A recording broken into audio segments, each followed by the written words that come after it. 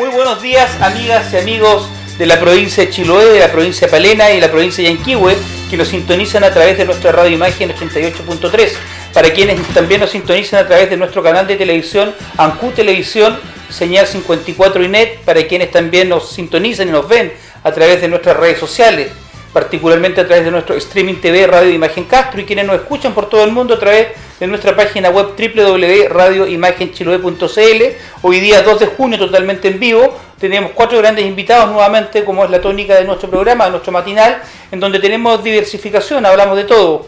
Y hoy día nos acompaña una gran senadora de la República que ha estado en la palestra por estos días por proyectos de ley bastante interesantes y por una defensa importante de proyectos que son emblemáticos para la comunidad y que fueron una de las temáticas más importantes de las manifestaciones sociales. Quiero saludar con harto afecto y cariño a la distancia a la senadora Jimena Rincón. ¿Cómo está, senadora? Buenos días.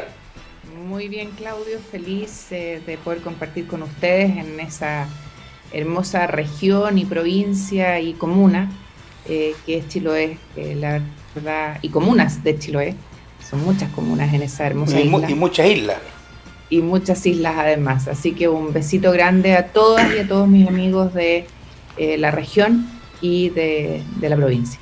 Querida senadora, para nosotros siempre es importante poder entrevistar a mujeres, particularmente mujeres que están en el ámbito de la política, porque Chile sigue siendo un país extremadamente machista, pero en la política se ve mucho más. Ya en la política, de hecho, si uno ve las cifras y ve los datos al respecto de las mujeres que participan en el Parlamento, a diferencia de los hombres, es considerablemente menor. Ya y si tú lo proyectas en el tiempo, yo creo que hay una diferencia de un 95% de la representatividad, digamos. Pero este último tiempo han jugado un rol fundamental. Ya vimos las marchas de marzo para el Día Internacional de la Mujer, más de 4,5 millones de mujeres en las marchas. ¿Cómo sientes tú, cuál ha sido el rol que han jugado las mujeres, tanto en la revuelta social como en esta pandemia? Yo siento que cada día vamos tomando más protagonismo público, no es que no lo tengamos.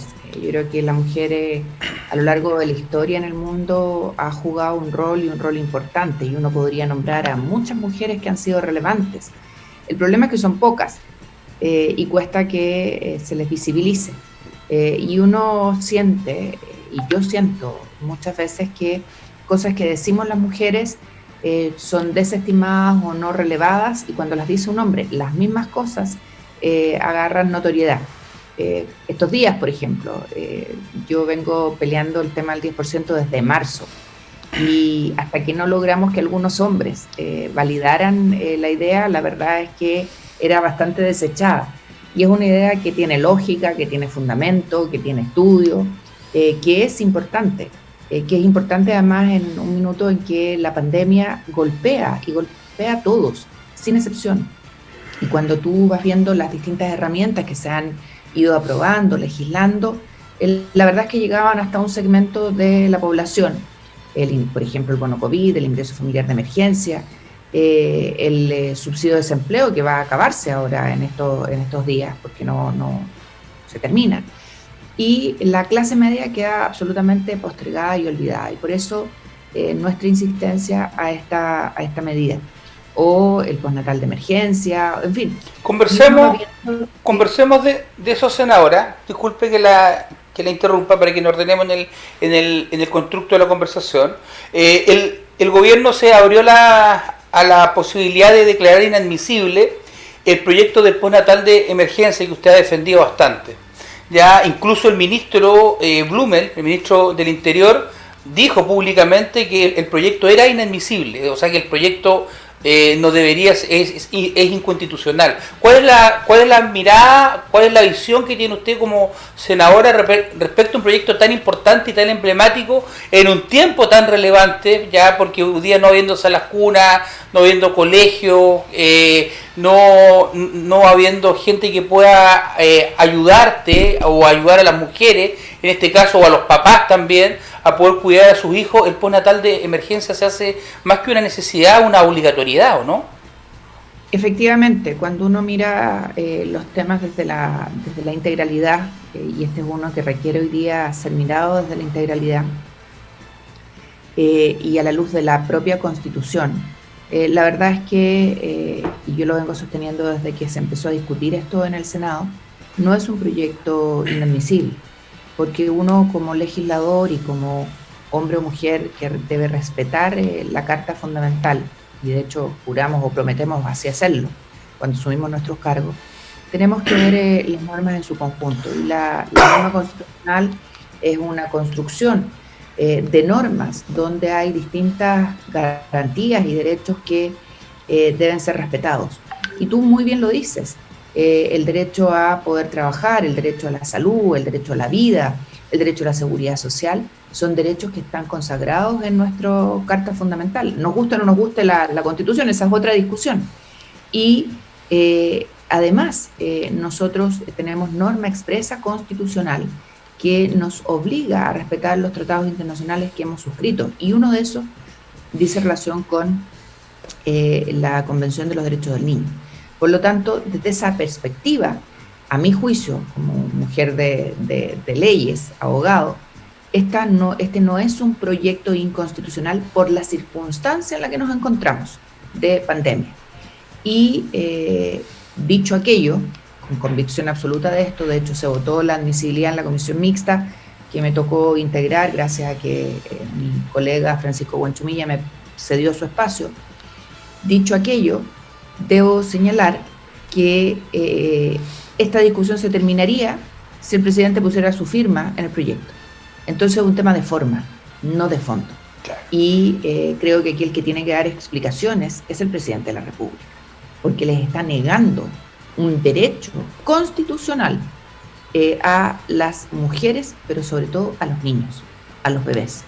Si nosotros no estamos permitiendo que exista, por una razón lógica de pandemia, que existan colegios, jardines, salas, cunas abiertas, mal podemos decirle a la mujer que vaya a trabajar y deje a su hijo abandonado o lo lleve con ella al trabajo, porque eso es de verdad de absoluta ilógica. Por lo tanto, aquí el que tiene que dar explicaciones respecto a este tema y de la tosudez que tiene es el presidente de la República y sus ministros. O sea, partamos de la base que no solamente tiene que dar explicaciones por el tema del postnatal, tiene que dar explicaciones por un sinnúmero de numeritos que se ha pegado este último tiempo. Hay un tema que no deja de ser relevante, teniendo presente que Chile hoy día está en una posición bastante compleja. Hoy día es el país número 2 a nivel mundial con mayor cantidad de personas contagiadas por millón de habitantes. Tenemos más de 11.000 personas fallecidas según los verdaderos reportes, porque en un momento teníamos datos y cifras para el exterior y cifras para nuestro país. Al respecto de eso usted planteó la posibilidad de poder, o le pidió al gobierno, le pidió al gobierno, que es algo mucho más puntual, de que se cree un plan respecto al tema de la clase media. ¿En qué consiste este plan? Porque puede tener muchas aristas. Efectivamente, nosotros hemos solicitado al gobierno, a partir ¿no es cierto?, de la discusión del postnatal de emergencia, del retiro del 10%, de que apruebe el proyecto de ley de el no corte de los servicios básicos, luz, agua, gas, telecomunicaciones. Le pedimos al gobierno que impulsara un plan para la clase media. De hecho, estamos despachando hoy día, esto es primicia para la radio en Chiloé, y voy a buscarlo. Estamos despachando hoy día como bancada de senadores un oficio al presidente de la República, en el que le solicitamos que se implemente este plan de clase media para los tiempos de pandemia. Y en este oficio, que después te lo puedo mandar, Claudio, para que lo tengas, vamos a despacharlo hoy día, damos todos los datos, entre ellos señalamos que hemos estado apoyando desde el Senado todos aquellos proyectos de ley que van dirigidos a los más vulnerados de nuestro país. 70% de los trabajadores en nuestro país, tú lo sabes, ganan menos de 550.000 pesos. Hay sectores que están sobre el 60% de los sectores vulnerados y que hoy también viven efecto de la pandemia con condiciones que han sido apoyadas, ¿no es cierto?, con el ingreso familiar de emergencia, pero que obviamente es una merma en sus ingresos. Y por lo tanto, por sobre los más vulnerados está la clase media, que sufre también consecuencias sanitarias y económicas producto de la pandemia. El grueso de las medidas hasta ahora impulsadas deja fuera al 15,3% de la población que tiene un salario superior a 850.000 pesos, donde el ingreso total mensual de un hogar de clase media que se propone de 4 personas estaría entre 626.000 y 2,5 millones, y que pertenecen a este grupo. Gente que no ha tenido ninguna ayuda, que tiene que pagar contribuciones, que tiene que pagar dividendos, que tiene que pagar colegios, que además tiene que alimentarse y pagar las cuentas, ¿no es cierto?, para mantener la vivienda funcionando. Y por lo tanto, nosotros hemos revisado un conjunto de iniciativas, dentro de las cuales está el retiro del 10% de los fondos que son de los trabajadores, claro, el postnatal de emergencia y el tema de las reprogramaciones de crédito, el tema de la promulgación de las cuentas de luz, el tema de los pagos de permisos de circulación, patentes. ¿Cuántos empresarios tienes tú allá, ¿no es cierto?, en Chiloé, que no pueden hoy día pagar ni siquiera la patente porque no hay podido generar ingresos? Bueno, esto a través de una serie de iniciativas que están en el Parlamento, que no tienen el respaldo del gobierno y que van en directa ayuda de este segmento de la población que es importante, es lo que nosotros consideramos debería ser parte de este plan para apoyar a la clase media. Yo leía un titular, no sé si lo viste tú hace unos días atrás, dice, en un programa de televisión, decía: la clase media de Chile a un paso de ser los nuevos pobres tras la pandemia. Claro, a eso quería referirme yo, producto de que ayer veía unas encuestas y las conversaba con Marco Enrique Ominami, respecto a que encuestas del INE, del mismo gobierno, establecían que había un desempleo real de un 11,2%. Todos sabemos cuáles son las mediciones del INE, o sea, si tú trabajas un día a la semana ya eres considerado trabajador. Consecuencias mucho más, pero considerar un 11,2%. Si tú a eso le sumas las cantidades de trabajadores que están por la ley de pymes, entre comillas, suspendidos, pero un gran porcentaje que ya está despedido, para ser honesto, y a eso tú le sumas a los trabajadores temporeros, los economistas le dicen trabajadores freelance, que son más de 3,5 millones en Chile. Estamos hablando de que estamos llegando ya a un 22, un 23% de gente que hoy día no tiene trabajo.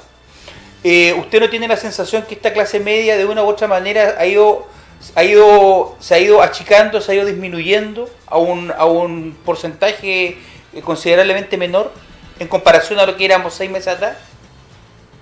Yo creo que de acuerdo a los datos que hoy día tenemos, sin lugar a duda, la clase media va a verse afectada. Es un porcentaje no menor. Piensa tú que el ingreso familiar de emergencia, que significan 400.000 pesos para hogares con 4 personas, algo así como menos de $500, representa solo el 34% de los hogares. Vale decir, solo el 10% más rico de Chile es el que no estaría afectado hoy día por la pandemia. El resto está, y estamos hablando de una cifra importante, 56% de los hogares en nuestro país está afectado, y muchos de esos hogares no han tenido hasta la fecha ninguna ayuda. Ya. Es un tema que para nosotros sería súper importante que podamos profundizarlo en otra conversación, senadora, porque el tema de la clase media es un tema que a muchos le interesaría ver o escuchar más en profundidad. Usted hace una... Mira, dale. Estamos preparando un documento sobre eso, porque es un dato muy importante y tú tienes razón. Todos nos sentimos de clase media, ¿no es cierto? Claro. Pero sin lugar a duda es un segmento que no es de todos, y que es importante que lo estudiemos y que lo apoyemos. Primero, ¿cuál es la definición de clase media? ¿Cuáles son los parámetros de clase media? Y realmente quiénes se encuentran en la clase media, porque hoy día clase media significa tener, porque igual hay temas que uno tiene que empezar a proyectar de aquí a 2 a 3 meses más, porque todavía ni siquiera se ha normado, se ha establecido un proyecto de ley, no sé si está en estudio, respecto a que probablemente ya ahora los bancos van a empezar a embargar las viviendas de la gente, las propiedades de la gente, los bienes muebles y inmuebles de la gente se van a ir a remate porque la gente no tiene cómo pagarlo. Hay más de 6 millones de ciudadanos en Chile que están endeudados. Efectivamente, tú lo dices muy bien. La disyuntiva de muchas familias hoy día es comer o pagar la renta o el dividendo de la casa. Y en ese sentido hay dos proyectos míos, de mi autoría. Uno que es anterior a la pandemia, que lo veíamos veniendo hace un buen rato, que es cambiar la modalidad de cálculo del precio de las viviendas para los remates. Hoy día en Chile te rematan una vivienda a un cuarto del avalúo fiscal. Imagínate lo que es eso. El avalúo fiscal ya es bajo. Ya es bajo. Y ahí nosotros hemos avanzado. Yo espero que el presidente de la Comisión de Economía definitivamente lo ponga en tabla y lo saquemos porque no lo tiene ahí detenido y es un proyecto urgente en estos minutos. Y el otro proyecto que también es autoría mía es uno que introduce modificaciones respecto de los créditos por dividendos o los créditos por casas comerciales a efecto de establecer un estándar y un parámetro adecuado para evitar, ¿no es cierto?, los remates, las pérdidas de viviendas producto de la situación de pandemia. Ahora, las contribuciones para los adultos mayores, para los jubilados, el 80% de los jubilados en este país reciben menos del sueldo mínimo. Y estos jubilados, que tienen su casa reciben una pensión de 100.000 pesos y le cobran una contribución de 300.000 pesos. Y aquí hay temas que son inentendibles. Yo tengo la sensación de que el Estado hoy día está operando y sigue operando de manera más abusiva que los mismos bancos. Bueno, ese tema de las contribuciones fue una pelea que di en la reforma tributaria, ahora que aprobó el Parlamento, porque yo creía que era impresentable que les cobremos contribuciones a los adultos mayores pensionados que ya aportaron toda su vida, y creía que de verdad era impresentable que en la vivienda en la que vivían o la que les servía para vivir, porque hay muchos adultos mayores que trabajaron toda la vida, ¿no es cierto?, tenían su casa, hoy día se redujeron a un departamentito, a una casita más chica, y la renta de esa casa les permite vivir, porque su pensión no se los permite. Y yo creía que teníamos que eximirlos, mientras estuvieran vivos, obviamente, del pago de contribuciones. No prosperó mi iniciativa. Tú sabes que todo lo que diga relación con tributos es materia del presidente de la República, pero créeme que si yo fuera presidenta hubiese hecho eso de todas maneras. Pero pronto tendremos un nuevo presidente y hay que seguir insistiendo en eso, senadora, porque es un tremendo tema. Este tema de la pandemia saca lo mejor y lo peor de las personas y demuestra en carne propia quién es quién, cómo piensa, cómo opera y qué intereses defiende. El otro día veía en una entrevista que usted tuvo con el senador Alamán, cuando él planteó abiertamente que el 10% de las AFP era regalarle plata a la gente. Ya eso es no entender absolutamente nada. Como también el otro día el diputado Charper planteaba de que había que presentar un proyecto, o él estaba diseñando un proyecto para una rehipoteca o una introhipoteca, un nombre medio extraño. La hipoteca revertida. La hipoteca revertida, en el cual las personas que jubilaban le entregaban a los bancos su casa, el banco le pasaba un arriendo y cuando estas personas fallecían, el banco se quedaba con la casa. O sea, imagínate el trabajo de toda una vida de una persona que con mucho esfuerzo, con mucho sacrificio, pudo tener su casa, pudo tener su propiedad. Y que lleguemos a esta instancia demuestra en carne propia lo que es la defensa de un modelo neoliberal a ultranza que está absolutamente desprestigiado a nivel mundial, y Chile claramente es la cuna de eso. Yo creo que hay que erradicarlo a través de una nueva constitución.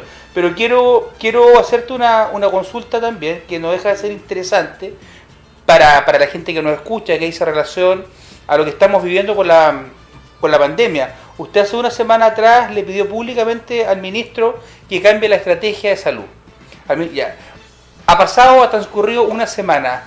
Hemos visto una leve mejoría dentro de lo malo que hay, porque también es importante hacer la reflexión, disculpe, voy a hablar un poquito, también es importante hacer la reflexión de que han bajado los índices porque también han disminuido considerablemente los PCR. O sea, se están haciendo un 25% menos de PCR de lo que se hacían hace 2 semanas atrás, y eso es importante decirlo. Pero ¿usted ve un cambio de estrategia real con el nuevo cambio de ministro? Mira, a mí me encantaría que las cifras que estamos viendo sean de verdad una mejoría, porque sería una esperanza para todos en el país, y creo que por Dios que necesitamos buenas noticias. Lo que me preocupa, y se lo expresé al ministro en una conversación telefónica que tuvimos hace 4 días atrás, es que han disminuido la cantidad de exámenes que se toman. Considerablemente. Entonces, yo no sé qué tan cierta es esta disminución de contagios que nos tiene, y tú ya lo dijiste, en el segundo lugar en el mundo. Porque si hiciéramos más exámenes, a lo mejor la cifra no sería la misma. Entonces tengo esa duda. Ojalá me equivoque. Y creo que si no, y se lo dije al ministro, si no salimos a testear masivamente, si no evitamos que la gente tenga que ir a trabajar, salvo las cosas que son esenciales. ¿Y qué es lo esencial? Los centros de salud, la farmacia y los supermercados. El resto no es esencial. Esas dudas que tienes tú hoy día la tiene todas las ciudadanas y los ciudadanos al respecto de las fotografías que vamos viendo del comportamiento de las autoridades en el tiempo, partiendo de todas las frases para el bronce que van a quedar marcadas en la historia de nuestro país al respecto de la vuelta a la normalidad a clase, ahí te mandé un meme. Okay, de la normalidad y todo eso, pero también nos deja de preocupar ya las señales que estamos entregando, porque de una u otra manera ya estamos viendo que nosotros hoy día estamos liderando a nivel mundial el tema de los fallecidos, pero también de las personas contagiadas, pero en la realidad, en la práctica, estamos en condiciones de empezar a generar cuarentenas totales, porque tú eres de una región que es bastante compleja, que está bastante complicada, como Ñuble, como está Rancagua, como está Antofagasta, porque hay un tema que hay que analizarlo también. El 60 o 70% de la gente contagiada, la gente fallecida, es de la región metropolitana. A lo mejor, si sectorizamos, la región metropolitana ha tenido una leve mejoría, pero en las otras regiones a lo mejor está igual o va empeorando. Chile es un país diverso. Nuestra región ha estado bien complicada, Claudio. De hecho, yo le agradezco a la subsecretaria el que me haya escuchado y se haya decretado cuarentena para Curicó, y hoy día se está evaluando lo que pasa con Talca. La situación es muy compleja porque además a nuestra región van muchos santiaguinos los fines de semana largos. Entonces, te estás riendo el meme. Después lo puedes compartir. Ha dado muchas vueltas, pero hay mucha gente que y de hecho lo vimos, y lo advertimos al ministro Mañalich, yo se lo pedí personalmente, para los fines de semana largos, de Semana Santa, del 1 de mayo, le dijimos cierre fronteras en Santiago para que no se nos vayan a meter al Maule, y la verdad es que no se hizo, y se dispararon los casos en toda la costa curicana, en el mismo Curicó, en fin. Entonces, si nosotros no hacemos algo en serio que permita aislar los territorios que tienen más nivel de contagio, evitando que esto se propague a los territorios que no lo tienen, la verdad es que esto va a ser muy largo, con muchos costos de vida. Ya tenemos demasiados costos de vida, estamos en los 9.000 muertos, entre los contados con PCR y sin PCR. Y de acuerdo a las proyecciones de los científicos, los expertos que lo han señalado públicamente, si esta estrategia de verdad no se cambia, los muertos en Chile pueden llegar a ser cerca de 70.000, lo que obviamente no es algo menor. Cada una de las personas que muere es una familia afectada, es una persona menos. La economía la vamos a recuperar, la vida de la gente no. ¿Qué es lo que planteaba el presidente Fernández de Argentina? La economía se puede recuperar, pero la vida de las personas no se puede recuperar, y esa es una gran verdad. Y si uno ve los resultados que hay, pero yo tengo la sensación que también tiene que ver con el modelo, ¿no? También tiene que ver, porque si Macri hubiese estado como presidente argentino a lo mejor hubiesen estado en igual o mucho peor situación que la nuestra hoy día, porque claramente este gobierno desde el primer día se dedicó a defender el modelo económico por sobre la vida de las personas. ¿Cuál es la visión que tienes tú respecto a eso? Mira, yo creo que se lo dije al ministro París en nuestra conversación. Si Salud no se pone firme con los datos, si la data que maneja Salud no es buena y no le entrega buena información al presidente y por consiguiente al ministro de Hacienda y Economía, la verdad es que ellos no van a dimensionar la gravedad de esto y por lo tanto no van a dar medidas sociales, económicas que permitan que la ciudadanía se quede en su casa. Si eso no se hace, malamente, ¿no es cierto?, se van a tomar los resguardos del caso. Y vamos a seguir en esta espiral, que es casi como un círculo vicioso, en que la gente no se queda en la casa, sale a trabajar, se contagia, se enferma y vamos haciendo más largo y más costoso para el país el tema.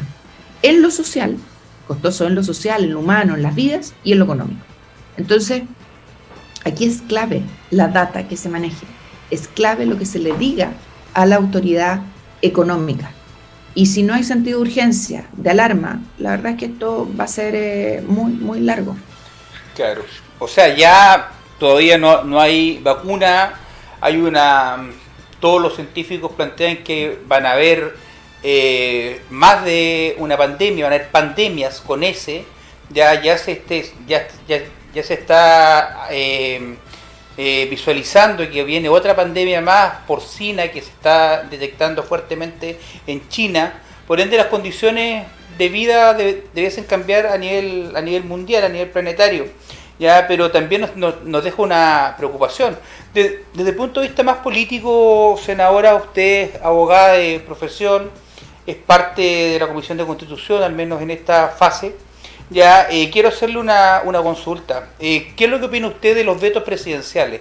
Porque yo encuentro que igual es lamentable que en esta situación que está el país, que es la situación más compleja que ha habido a nivel de la historia, porque ya es mucho más compleja que la crisis del año 1926, y se viene mucho más compleja aún. Ya lo peor está por venir, dicen algunos.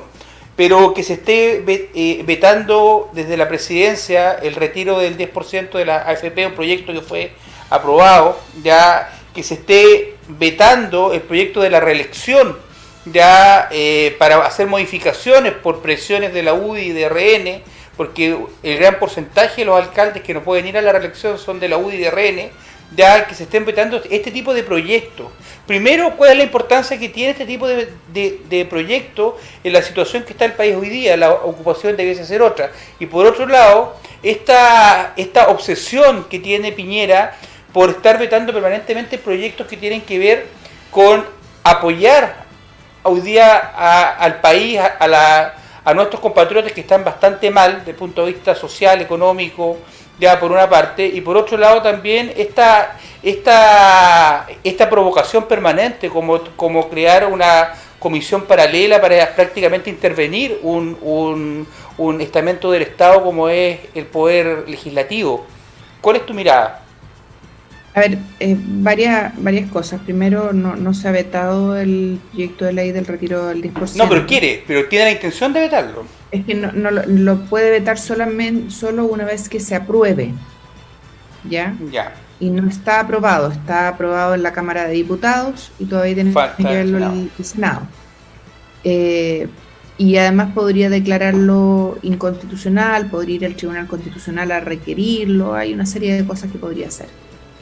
Respecto del veto, el veto es una institución que existe, ya la hemos ocupado, me tocó a mí ocuparla cuando era ministra del Trabajo, y es parte de las reglas legislativas y constitucionales que tenemos en el país.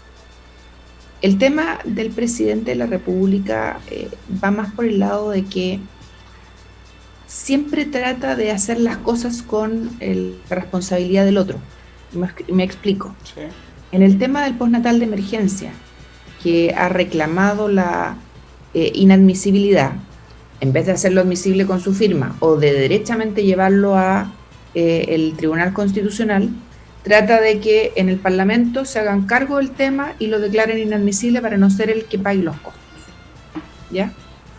En el tema de los servicios básicos, que es una ley que se aprobó, que él pudo haber recurrido al Tribunal Constitucional, pero no lo hizo, porque pasó el plazo que tenía para hacerlo. Claro. La mantiene sin publicar, para que sea ley, y anuncia que va a vetar, pero tampoco lo hace. ¿Ya? Es un tema interesante lo que tú planteas, porque es otra mirada. Exacto. Es otra mirada. Entonces no lo hace, y trata de que las cosas se arreglen sin pagar en los costos. Y yo creo que... Con la del pillo. La del pillo. El presidente, cualquiera que ejerza el cargo de presidente o presidenta de la República, tiene que entender que si se compite para ser presidente de la República y se gana, se hace para gobernar y ejercer el cargo. Y eso tiene costos y beneficios. Pero uno tiene que estar convencido, primero, de querer ser presidente y de lo que eso significa. Y segundo, ejercer el cargo. Y este presidente no lo ejerce. Permanentemente no lo ejerce. Vulnera todo, o sea, hay una trilogía que demuestra las cientos de acciones del presidente. Primero, la foto en la Plaza Dignidad, después el funeral del tío, después el tema de la vinoteca. Lo demuestran a él en persona, ya, pero claramente también tengo que hacerte esta consulta porque está dando vuelta en todas partes. Hay muchas voces, muchos médicos, muchos neurólogos que están manifestando y que nos ven en condiciones de salud normales al presidente, ya, y preocupa. El otro día escuchamos a la periodista Mónica González, no a Mónica Rincón, que es tu hermana, me parece mucho, a Mónica González plantear de que el presidente tiene que hacerse exámenes porque no se ve bien de salud, tanto al respecto de su comportamiento físico como la toma de decisiones. Por otro lado, veíamos un reportaje del Mostrador, leía un reportaje del Mostrador, donde también entrevistaban a varios profesionales del área que también planteaban algo similar. Quien fue más tajante todavía fue tu colega, el senador Latorre, que es psicólogo clínico, que planteó que invitaba al presidente que se haga exámenes rigurosos porque no lo veía bien. En un sistema tan presidencialista como el nuestro, Jimena, ya donde la potestad del presidente es tremenda, en el minuto que está viviendo Chile, que estamos ahí como en el abismo, o nos vamos al precipicio, o tratamos de mantenernos sostenidos. Es importante que el presidente esté bien físicamente, mentalmente. A ver, por supuesto, siempre es bueno y necesario que el presidente de la República esté bien. Tú recordarás hace un tiempo atrás las imágenes de Angela Merkel, que tenía un temblor, no sé si lo viste, reiterado, y que tuvo varios hechos como ese, y se hizo efectivamente chequeo y todo, y bueno, y está bien. Yo no me atrevería a decir que el presidente esté enfermo, de verdad. No soy médico, no soy psicóloga, ni psiquiatra, no tengo ninguna expertise en el área de la salud. Sí me atrevería a decir que el problema del presidente es otro. El problema del presidente es que, y voy a dar un ejemplo, yo no sé si tú te sabes la historia de Napoleón, que me lo contó un amigo, a mí se me había olvidado. Napoleón era bajito, ¿ya? Y era tan bajito que hacía que todos se arrodillaran para que lo miraran hacia arriba. El complejo del chico. Claro. Un tema que tienen los chicos, ¿no? Y bueno, y todos los que iban a ver a Napoleón tenían que arrodillarse y mirarlo hacia arriba para que él se sintiera superior. Y no contento con aquello, Napoleón, cuando muere, dispone, antes de morir, que lo tenían que enterrar en el Museo de los Inválidos. Esa es otra historia muy bonita, otro día la cuento. Y lo entierran ahí y dispone que su tumba esté en alto, de tal manera que cuando fueran a verlo los turistas, los visitantes, tuvieran que empinarse para ver a Napoleón. Y esos eran los signos de grandeza de Napoleón. Nosotros tenemos nuestro propio Napoleón. Nosotros tenemos nuestro, claro, con el complejo del chico y con el complejo de los bracitos cortos. Pero bueno, senadora, para nosotros fue un placer poder conversar con usted. Queríamos hace días poder tratar de entrevistarla. Sabemos que tienes una agenda bastante ocupada quedaron varios temas pendientes. Nos gustaría que te comprometas aquí en vivo a cientos de personas que nos están mirando en las redes sociales, y yo sé que cientos también y miles, puedo decir, que nos escuchan mucho en esta radio, nos escuchan en Puerto Montt, en Calbuco, en Maullín, en las 10 comunas de Chiloé, en Palena, en Chaitén, en Gualeguay, para que te comprometas a estar con nosotros, ojalá dentro de unos 10 días más, para que vayamos conversando, analizando y viendo todas estas tesis y teorías que tú planteas de una forma muy, muy diferente. Se puede decir lo mismo de una manera más sutil, y tú has dado ejemplos claros de eso. Muchas gracias a ti, Claudio. Un abrazo a todas las amigas y amigos de la hermosa isla de Chiloé y, por cierto, de Palena, de Calbuco, de Puerto Montt, de tantos rincones del sur de Chile que conozco, que tengo el privilegio de conocer. Conozco, de hecho, todos esos lugares que tú mencionaste. Y donde hay gente maravillosa, porque los que somos de región somos de verdad excepcionales, y lo digo con convicción. Y Chile no es Santiago, que es súper importante, para que no crean que este alivio que tenemos por el COVID es porque Santiago ha ido repuntando un poco. En la región estamos bastante complicados. ¿Ya? Y así que para que también las autoridades entiendan. Bueno, estimada, pues, quedamos entonces con el compromiso de todas maneras. Contacto. Un abrazo cariñoso, un beso, grande, éxito. Espero estar en algún minuto cerca luego por ese lado a comerme un rico curanto. Muy bien, y a tomarte un rico café chilote también. Muchas gracias, pero eso lo voy a preparar yo. Adiós, chao. Bueno, esa fue la entrevista que tuvimos con la senadora Jimena Rincón, una entrevista interesante, simpática, honesta, que planteó lo que muchos dicen, pero la planteó de una forma distinta, de una forma particular. Se pueden decir las cosas de diferentes formas y uno las respeta y las valora también. Vamos a una pequeña pausa comercial y volvemos con el doctor Juan Luis Castro, diputado por Rancagua y miembro de la Comisión de Salud de la Cámara de Diputados.